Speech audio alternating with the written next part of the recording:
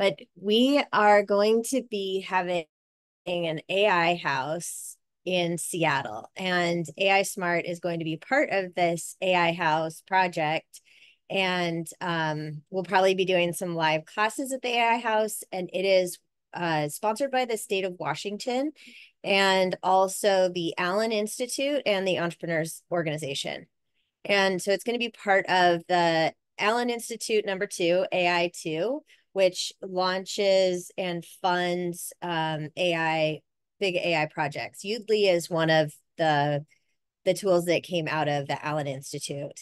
And when I was in Seattle last week, I got to meet one of the co-founders of Udly, a young Indian woman, and it was kind of cool to see a young female as one of the co-founders. And I'd say the event was probably 95% men, and there were 700 people there. So it was nice to see a little bit of that representation, and I know they want to see more of it. So we've got an all female team, and I definitely want to keep us at the forefront of the conversation so that we can, as we've been told in the feedback from these classes, the information's not intimidating. People are able to learn and not feel stupid about it. And I want to continue to bring that really simple message of AI and how powerful it can be and unintimidating for everybody. And I think having the classes at Allen Institute is going to be kind of fun, something we can do in person in Seattle. Some of the big stories that we have in the news, still there's the New York Times versus OpenAI legal cases. There are several going on. And there's this debate about having the media companies license the content to AI providers or LLMs and being able to train on it. But then if they win these cases where the information ends up being in public domain, then they're going to lose the opportunity to license it. And so some people are going strong for the licensing side of things. And then the people who are in the court cases are the ones who are liable to potentially not even get any benefit, like no financial benefit, and then completely ruin it for everybody in the licensing category. And so there's a big debate about that. And who owns the information that's out there on the internet? What is fair use when it comes to AI and training the models on the content that's out there online? Another kind of controversial thing we have is ChatGPT for a long time has had a ChatGPT content detector. 99% accurate. It can tell if it's AI produced content, but they have not released it because at least 30% of their users, when surveyed, said they would drop ChatGPT if it used an AI detector like that. So they have the ability to do it. And there's this debate on OpenAI watermarking all the content that comes off of it. And I know some of us in marketing have been grappling with this question for a few years. And so everybody has these workarounds of taking it from GPT, putting it into a doc somewhere, doing a Grammarly thing. Like there's all this stuff to like wash your words so that they are clean of any AI watermarks. And then the AI detectors that are out there, even if you have human content, they'll tell you it's 98% AI generated. So the accuracy of these things is debatable. OpenAI, probably pretty accurate on theirs. They're saying that it's a 99% accuracy. But it's still will they, won't they, and what will be the benefit? And would it be a business killer for them if they watermark all their outputs? There's a lot of visual companies that do watermark. There's some that explicitly don't watermark. So it's a continuing topic that we keep an eye on because we do use AI for all our content production, pretty much all of it, and we have for years. I mean, we've been outputting content since at least 2020 using AI. We've been curating content since 2015 using AI, and we don't see that letting up. And then everybody says, what do you want AI to do for you? And they say housework, do the dishes, do the laundry.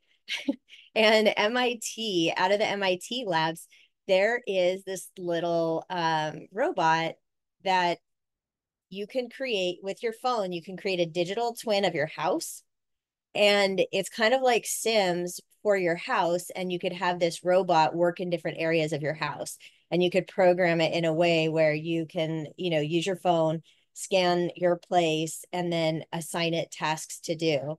And there's a little robot that would go do tasks. And it's supposed to be able to open drawers and close doors and do these different things currently. So we're keeping an eye on it. This is as close to Rosie as we have seen from the Jetsons. um as because most people enjoy some of the creative things that AI is taking over, and really just want it to do the mundane parts of life, like laundry and dishes. But I mean, I sure would love AI to come do my dishes, um and put away my clothes. That'd be amazing.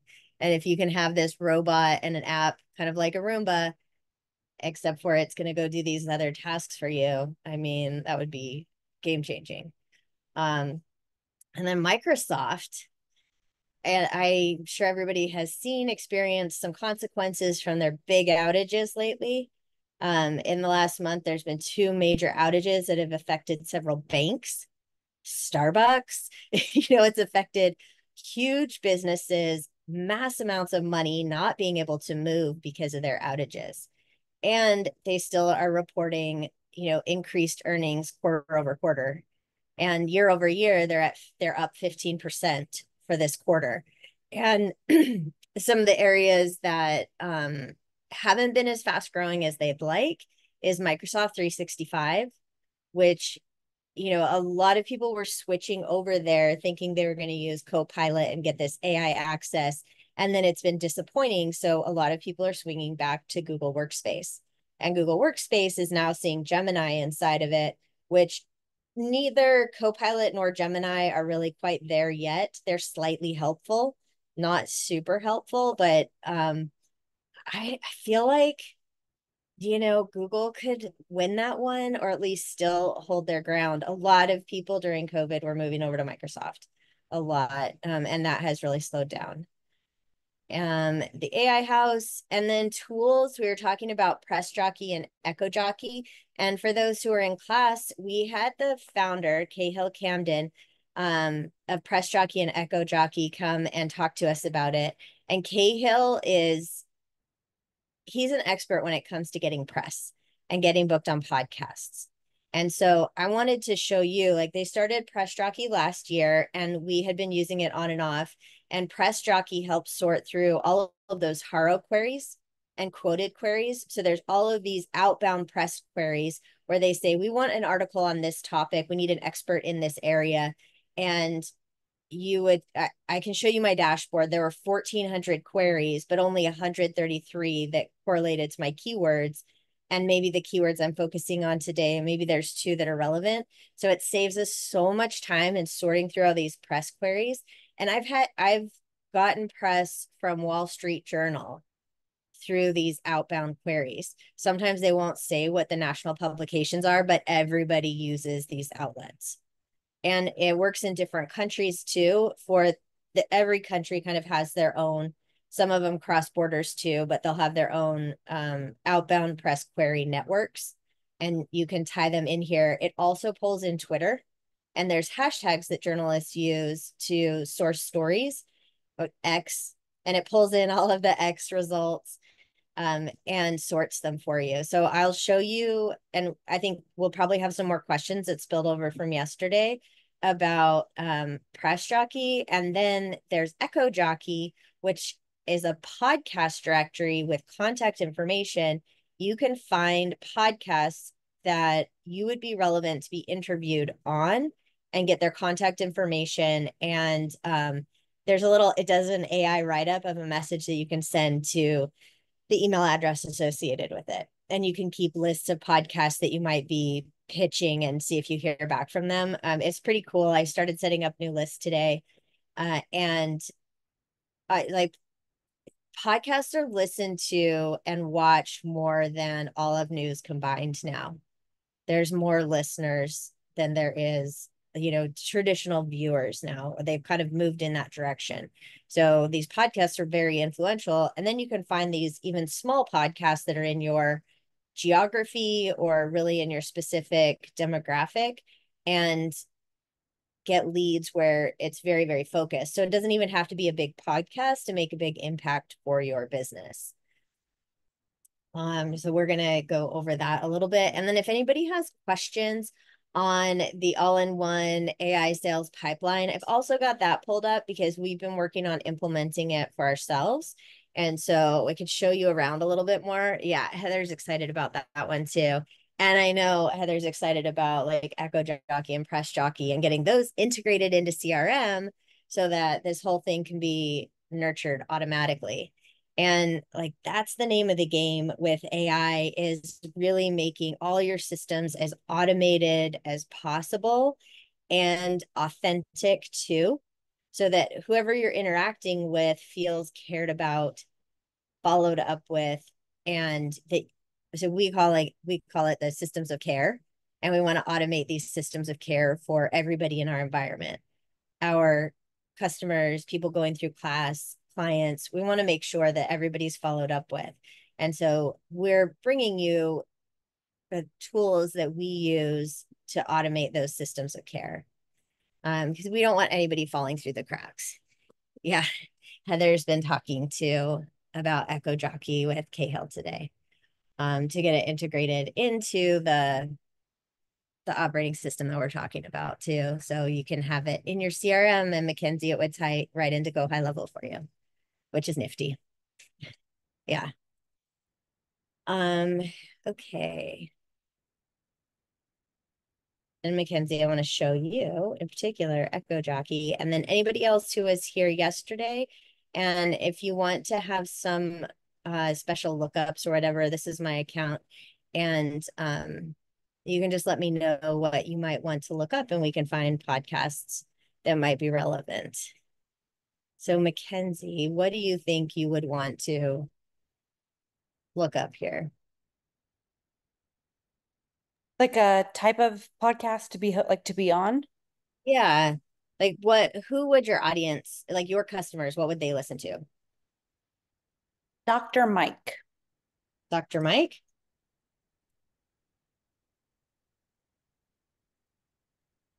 All right.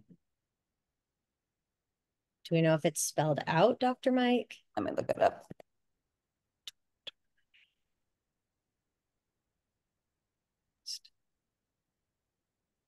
The Checkup with Dr. Mike. A checkup. Yep.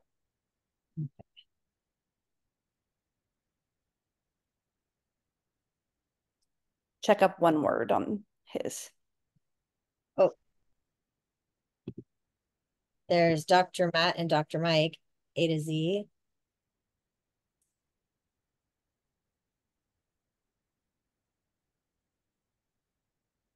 Oh, there There we it go. is. drmikemedia@gmail.com. It gives you some information about the audience, the age, gender, topics that they're interested in, locations that they would be in. And you get their information too. So I might want Dr. Mike, and I would have a pitch here. I already set up my account, so it would sound like it's me, not you. Uh, and you would say, like, in brief, what you want your pitch to be about. So, what would you say, Mackenzie? We would love to talk about accessibility to healthcare, education, and training.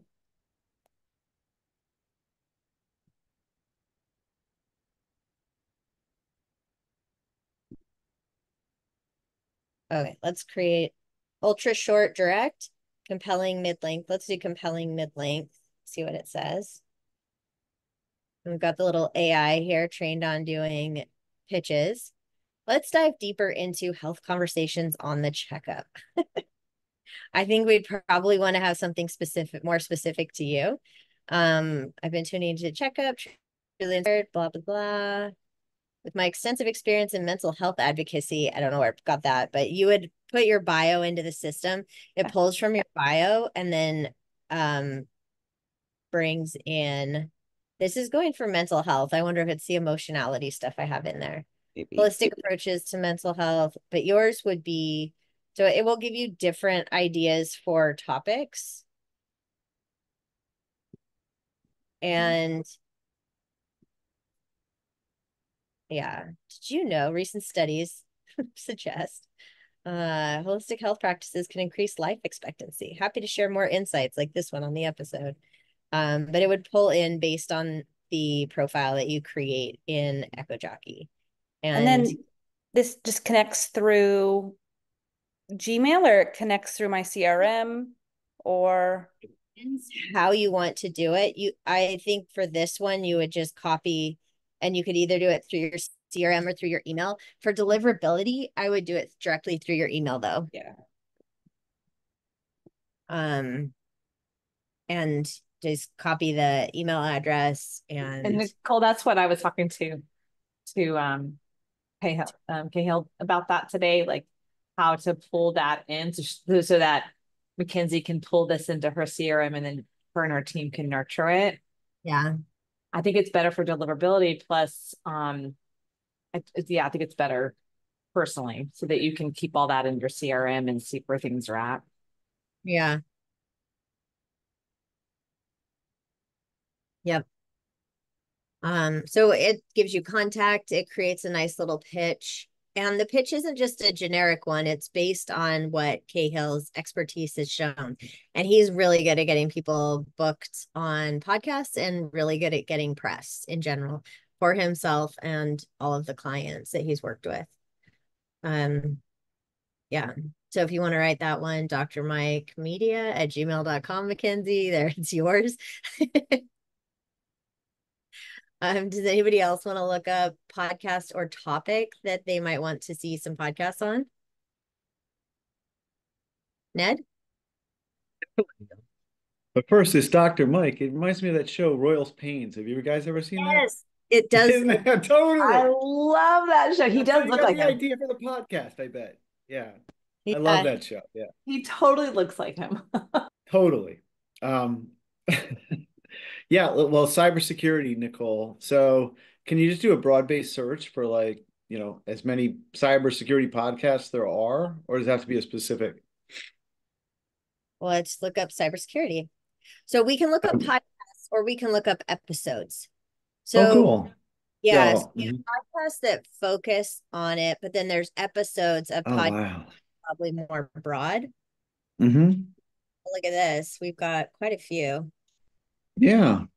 Well, just pick any one of them, I guess. And you can do up to 10 a day. Is that what Cahill said? The Dutch one. Ooh. I'm not sure. I think you can get 3 or something if you're unpaid, but we have a paid subscription. Fortress feed, 70% male. Let's just Fortress feed podcast. Yeah. Threat intelligence. What would you want to talk about? Well, I think a good pitch would be there's probably 100,000, a shortage of 100,000 cybersecurity workers in the DoD and the government. So you really can address it with our solution of cybersecurity training. So it's kind of talking about that pain point and how vulnerable, the U.S. is to attacks because they don't have a trained workforce. So it could be, something of interest, I think. Okay, wait, say that again. What? So talking about how, let's say, the United States is vulnerable to cyber attacks because they don't have a trained or knowledgeable workforce to be able to protect against incoming threats.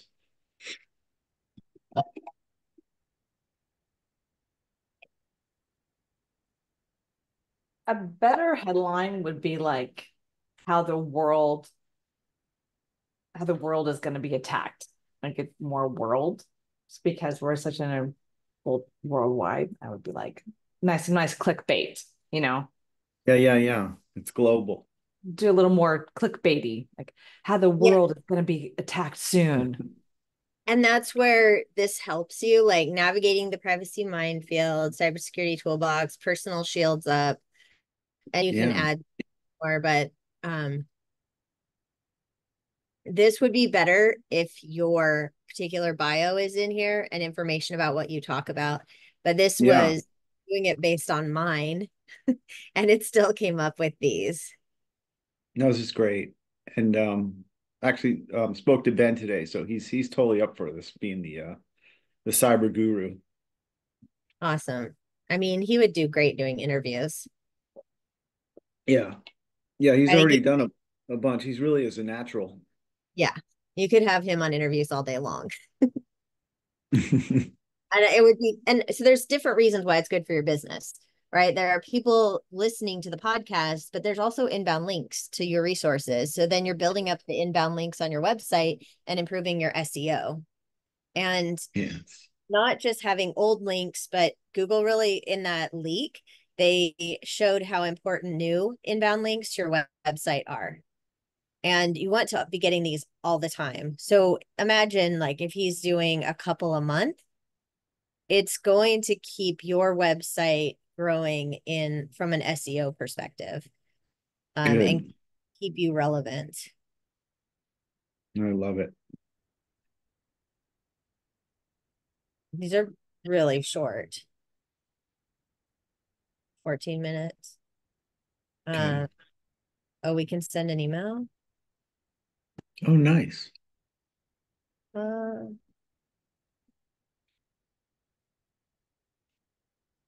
Heather, I does that, didn't. when it's hooked up to the CRM, does it just go to the CRM when you hit that button and it No, not sends yet. it? That's what I was in conversations with him Oh today, because yeah, that's what he Go High said. Level specifically has an open webhook API. Yeah, Mhm. but he did say we talked to his dev team today, and it's going to be on his like hit list, so that's possible. Nice. Yeah, which is really nice. I think right now what they're going to first do is like an export, so you can export into like a Excel and then upload it. Yeah, so Yeah. that just up my Apple Mail because I'm on a Mac. And I don't even use my Apple Mail like that, but that's what it did when I hit email. And then we can go, so these are the podcasts, but if we look at episodes, we will get more podcasts that are not necessarily just cybersecurity. So of course we've got this one. This came up, this is different. Tech woke. Daily Ember, Rabbit Hole, GTA. Oh, my face was stolen. Wow. So you have some more options, and then when you save them, you can have a list. Let's see, where do I have my list somewhere Yeah. in here. Smart list. Oh, I had a list. Oh, here's a list. Oh, I'm getting an error. I made a list of all the ones that Joe Apfelbaum has been on recently. Because I'm gonna go hit him up and be like, hey, I saw you did this thing with Joe. If you like Joe's stuff, you'll definitely like mine. You know, like we're very different characters, but we talk in the same kind of areas. Yeah. So then we can pitch all of the ones that he was on. So also think about who in your industry that if they're on a podcast, that podcaster would like you too.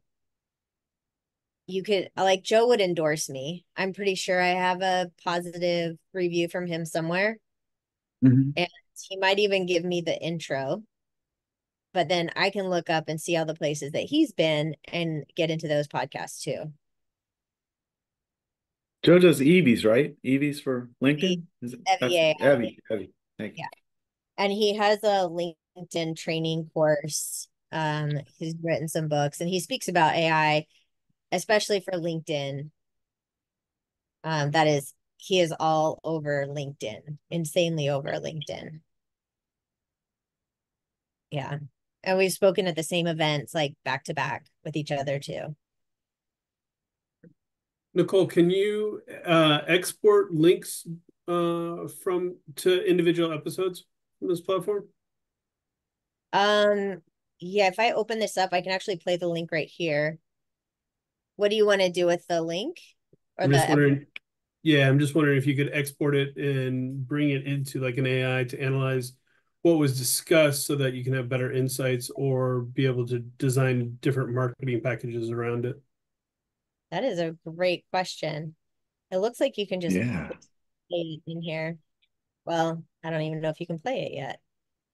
I think that's a new addition because I'm pushing play and it's not working. I'm sure if it's there and you could play it, that you could either right click and get to it, or see over on the left is the website or the little icon. You could probably, if nothing else, use inspect and pull out the URL to the video that way. So Gotcha. Yeah, I just wasn't sure if there was a easy path out of their tool. yeah, I'm not sure they're thinking of it in that way yet, but I mean, for those of us I got that the are image, but using I the didn't, tools I in that couldn't. way, then Yeah.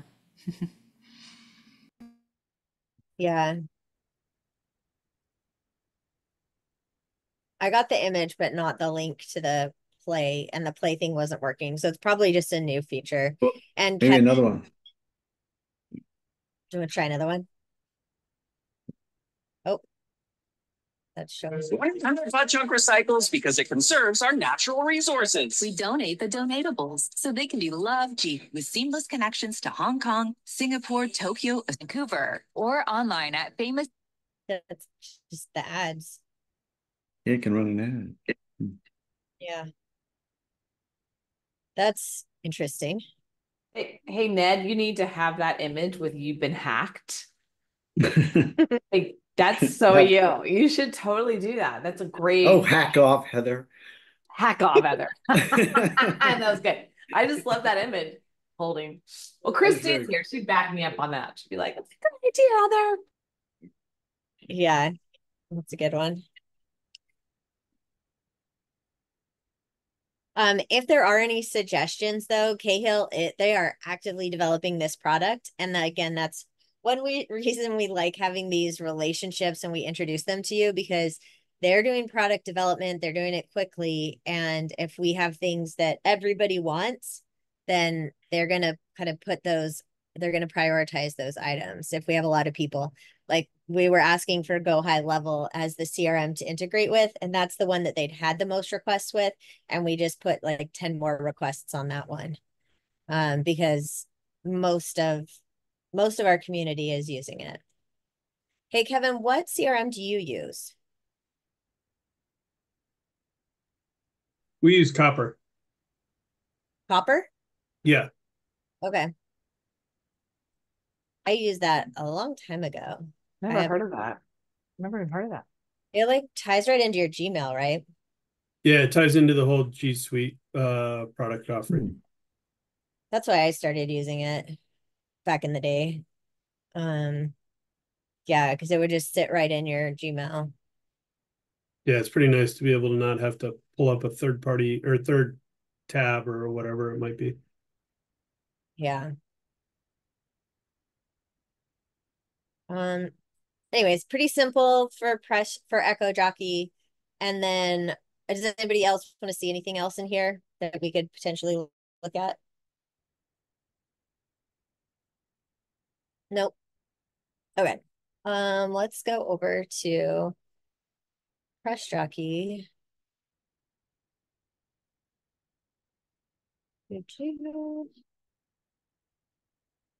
And who here is subscribed to Haro? Oh, okay. Well, we have quite a few. Heather, how do you manage the queries? Manage. That's funny. I don't.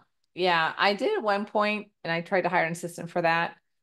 But what it does do, why I still have it, is it like I see what people. It's almost like looking at what the like what's hot. You know what I mean? Like what's the hottest thing? Because you can see by the inquiries what the hottest thing is. So I use it for clickbait a little bit, like, oh, I didn't know they really want that right now. Or maybe I can, kind of like that. Yeah. So if you sign up for something like Haro, which is help a reporter out, you will get around 3 emails a day with 1 or 200 press queries per email. And usually you want to be the first one to respond to these queries because they're often, the deadlines are pretty short. Sometimes they're a little bit farther out and they want a big conversation. But in here, you'll see in this, I don't know what the time, this month, there's 14, 20 PR requests. So these could come into my inbox completely unorganized. Like Quoted does a similar thing as Haro. Source Bottle is another one. So we're signed up for these different services. They all pull into here. And then I can organize it by keyword. So marketing, women in business, like these may or may not be relevant, but at least it helps me to sort. And then I can choose, let's see, AI for marketing. Let's go to this one. Oh, and there's nobody looking for AI for marketing. And we do so much with this. So our AI training, let's see, no matches. And so then women in tech, no matches right now either, which is interesting and telling. AI, okay, we got some AI ones. Social media managers. Right there, AI leaders needed for podcasts, the third one. Boom. Yep. Titans of AI podcasts. That's all you. Yep. Oh, this one is on an extension because this is Quoted. So I actually have to go to the Quoted website to see the query just because that's the way Quoted works. And I have to respond to it on there. Yeah.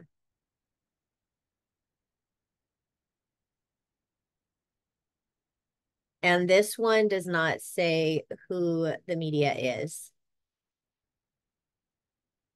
So then I would put the information in and I can respond. And usually, and they even have an auto response. So maybe there's a keyword that I know is so relevant to me that every time something comes up, I can actually schedule an auto response in there. Have not found one of those yet, because even if I look in AI, like the social media managers with tips for TikTok, share one tip for getting into retail stores. Like, I don't know if it's AI because it's retail, AIL, if that's how it pulls it in, because it's retail boss and it's just in there. I think that is why, because there's retail stuff coming in. Experts on AI bagpipe music. I mean, you can get very specific on here. There's another same thing, but AI bagpipe music. HR and digital transformation experts needed, role of company leaders in guiding their teams through generative AI transformation. That sounds like a really good one for us and what we talk about. So then I can click into there and I can have like Shonda will go in and look for the queries that might be most appropriate, but it makes it so much easier to search instead of looking through these 14, 20 queries manually.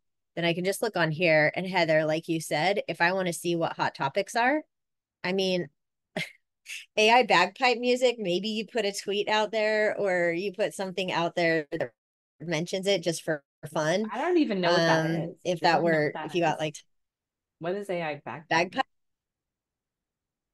That bagpipes, like Scottish bagpipes. Oh, it is a hook bagpipe. Okay, I thought there was some kind of new trend. I think it is genuinely, let's see, Canadian bagpiper, blah, blah, blah, Fraser Highlands, how it's talking about how they used AI to create bagpipe music. All right. Yep. That's interesting. So interesting. Maybe there's a way to use AI to translate the sound so it sounds better, like a different. So I don't get a migraine.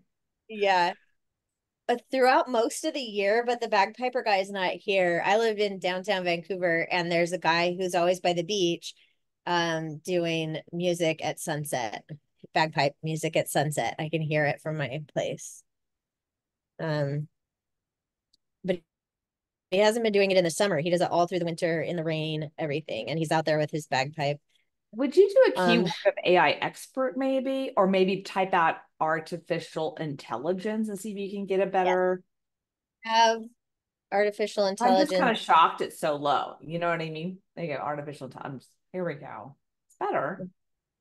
Yeah, we have artificial intelligence on the list too. And the keywords, these are all our keywords that we did. And this one, Ned, might be for you. I don't know. Yeah, scam. Yep. Artificial intelligence scams, cybersecurity, AI and cybersecurity would be for you. So sometimes I will say, hey, I'm not the right person for this, but so-and-so is, like, Ned is the right person for this. And I can write a blurb, have AI write a blurb about his company and why he's the right person and refer out. And it's a really good thing to do for Ned, because then it's like third party validated that he's a good expert. He's an expert in this topic. And it's also good for my relationship with Ned, because then is like, Ned's like, oh, thank you for thinking of me. This would be really good for us. And I have gotten press and sent this sort of thing to clients for years, because it's like a relationship building. We talk about systems of care. Well, this is another way to care for clients or colleagues, other people in your industry. So maybe they want a podcaster who's been in the industry for more than 10 years. And I'd be like, Heather, that is your person, and send a press query to Heather. Because what a little great gift you can send to your clients are these press or podcast queries. Because how many times do they get those? Yeah. Then you send an invoice to Ned and saying, you're welcome. Yeah. You're welcome. Take our advanced class, Ned. I'm kidding. 5 more seats? Okay. The word's out. Yeah.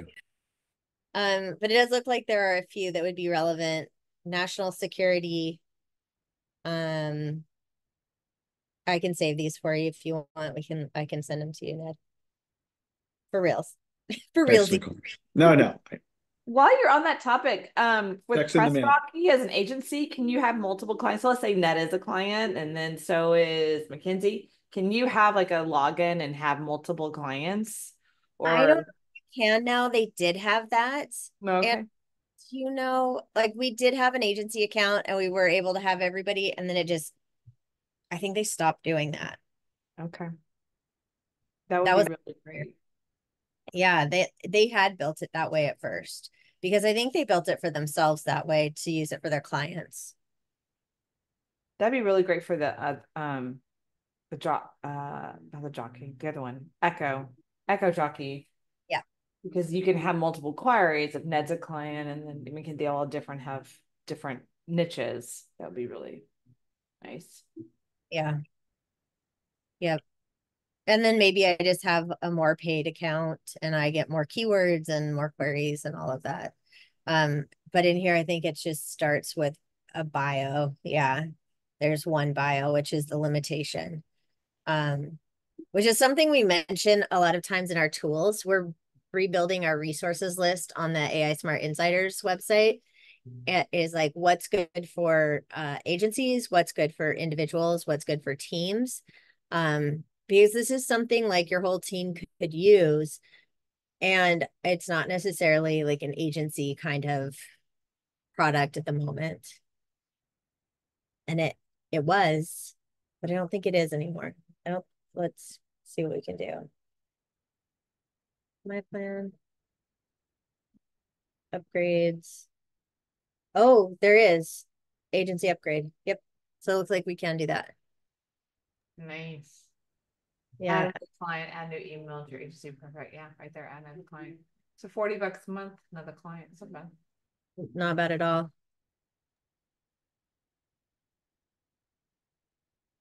I mean, when you're talking about this kind of press versus the other kind of PR firm, it makes it a lot more affordable.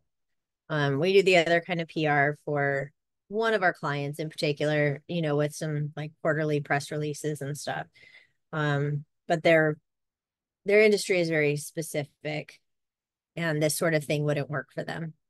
For press releases, do you recommend a particular company for push outbound press releases? It totally depends on the size of your audience that you need and the geography. Okay.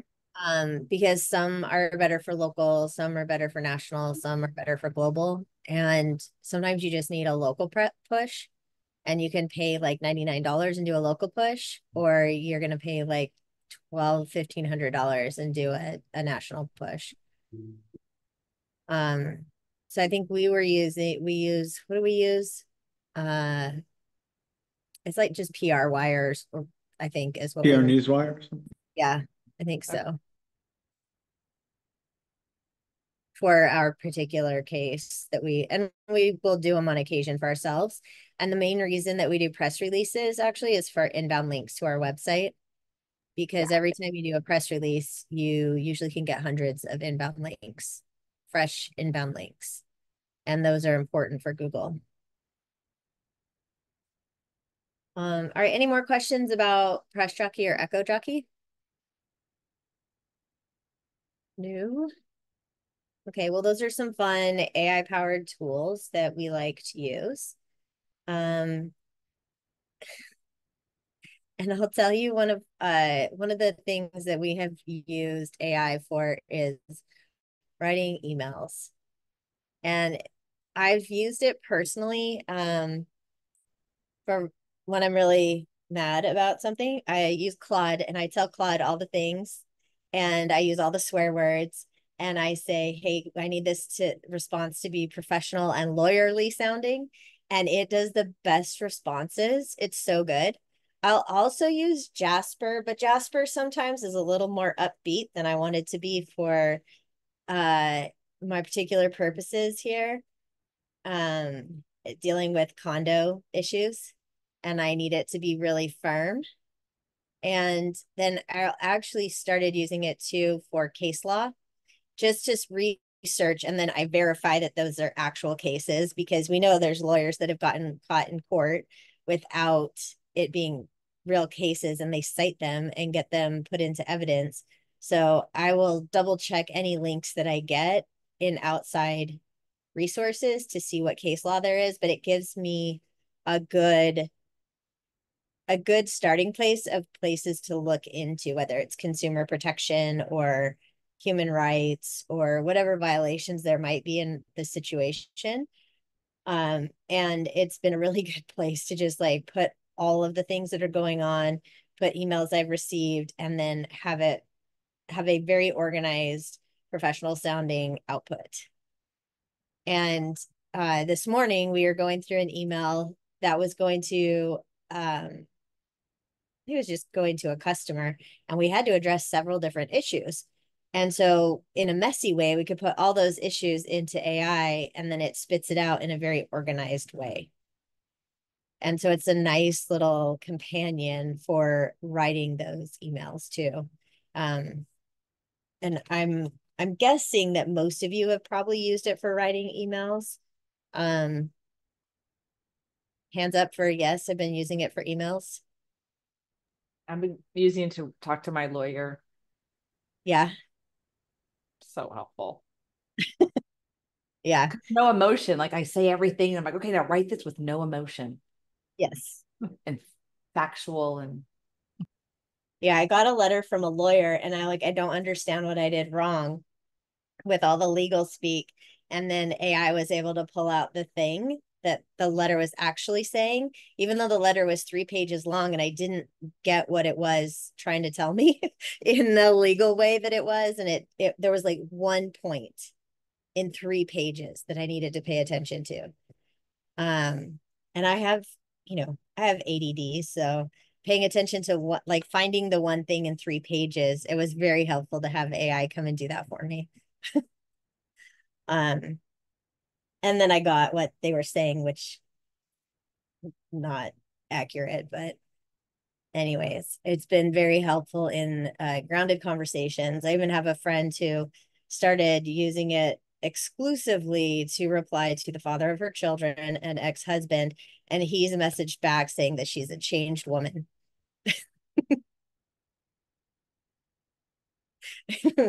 because her responses are so emotionally neutral and really just tactical and practical. And then it can take, like, for her, it was comforting because then she didn't have to deal with the emotions and she could just be like, hey, respond for me, you know. Who's got the ChatGPT app on your phone? Who has talked to their app? Jenna, what do you use it for?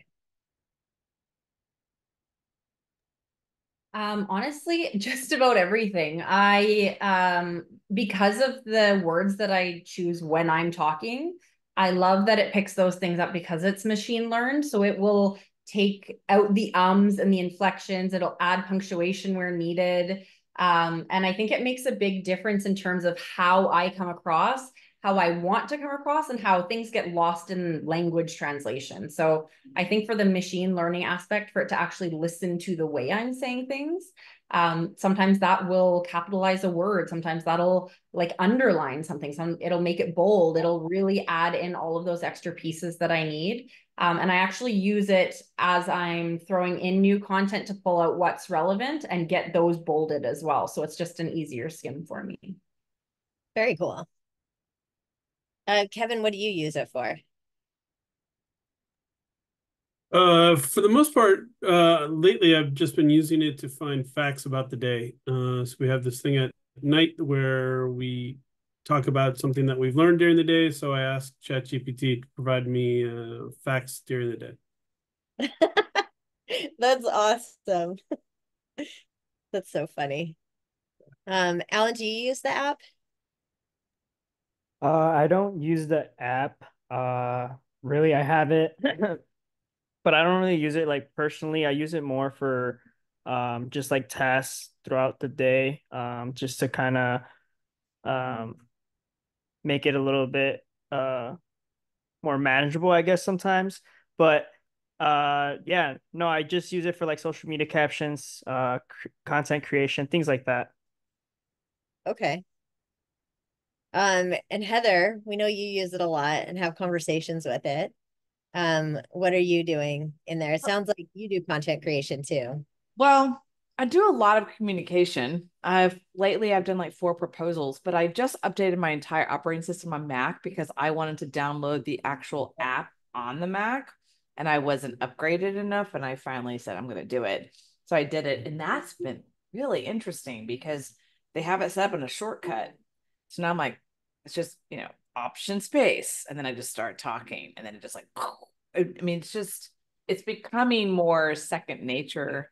But the audio one on the phone, I love going taking my dog for a walk and I just start talking to it. And I always make it say hi to me, like, hey, Heather, how's it going? Oh, it's going great. And I changed its voice a couple of times to more sound like a really sexy man.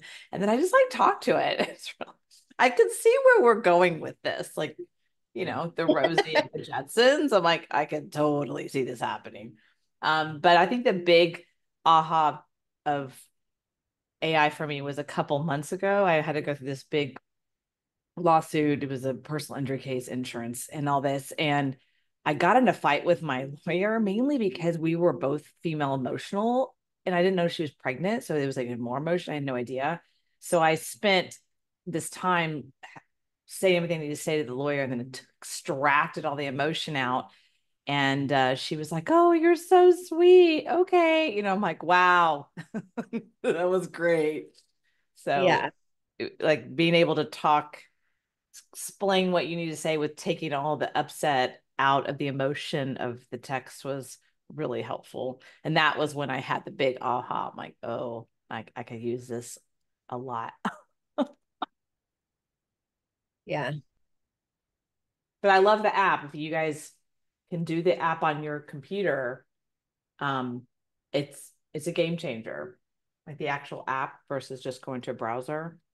Because you can also talk to it. I've connected that so I mean, it's a different with having having your voice on a Mac versus talking to it. It's almost like it's 2 different AIs.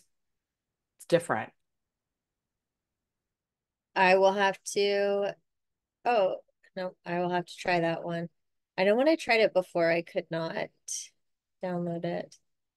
You have to make sure your operating system is at a certain level. And, you know, I have to shut everything down and restart the computer to do that. So I had to make a commitment to do that.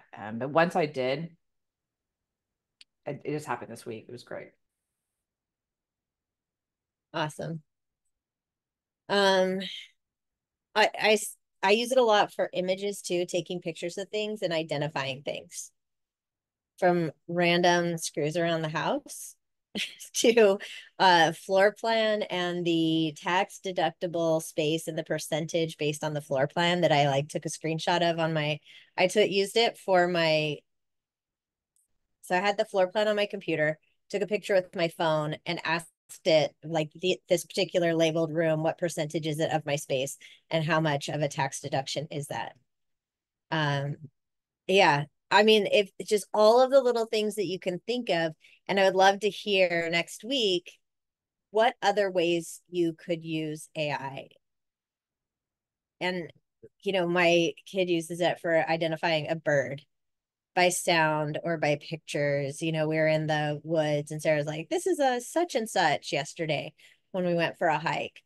And there's so many different ways to use it depending on, I don't know, depending on what you're dealing with. Like, I have a stupid dispute over the cost of a bath fitter versus tile right now with my with the building owners. And that's why I have to write these like legal sounding nice professional emails back and forth about this ridiculous stuff.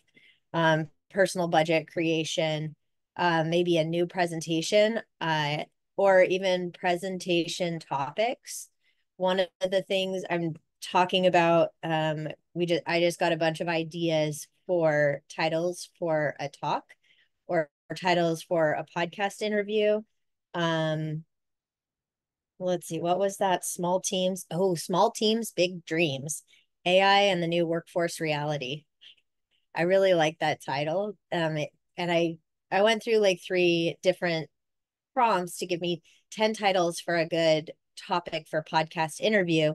And it needs to encompass the shrinking birth rates that have been happening over decades. So now we have a workforce that's in decline, and there are more jobs than there are people at the moment. And there's a mismatch of skill and jobs, but AI is going to be able to take the place of that need to hire more people if used properly. And so it's that small teams, big dreams. We can do a lot more with less people, and you can still grow your business. And it's going to be even more important because we don't have the people in the pipeline to replace the ones that are leaving. We just don't. Globally, we don't. So that's a big issue. And I can have AI help me to develop this idea and find charts, go to the internet, find graphics. So I use Gemini to go to the internet to find things because it's usually the most current. But yeah, so next week we'll talk a bit more about maybe just some new creative uses during your week. Think about things that you're doing and how AI might be able to help you. And of course, I always use it for recipes, grocery shopping lists. It'll organize your list by department in the grocery store if you want. And it'll do meal planning for you based on whatever diet you choose to eat. You know, there's so many practical purposes. And so just like bringing it in every day to make your lives easier is the goal here. All right, we've got links here in the chat. And there is the resources page. So any of the tools that we talked about is aismartinsiders.com/resources. So you'll be able to see any of the tools that we talked about today, and a lot of the different tools that we will be talking about or have in the past and what we use them for. There's little notes about all the tools on there too. So thank you. Thanks for coming today. And we'll see you next week. Thank you, everyone. Hi. Thanks, Nicole. You're welcome. Thank you.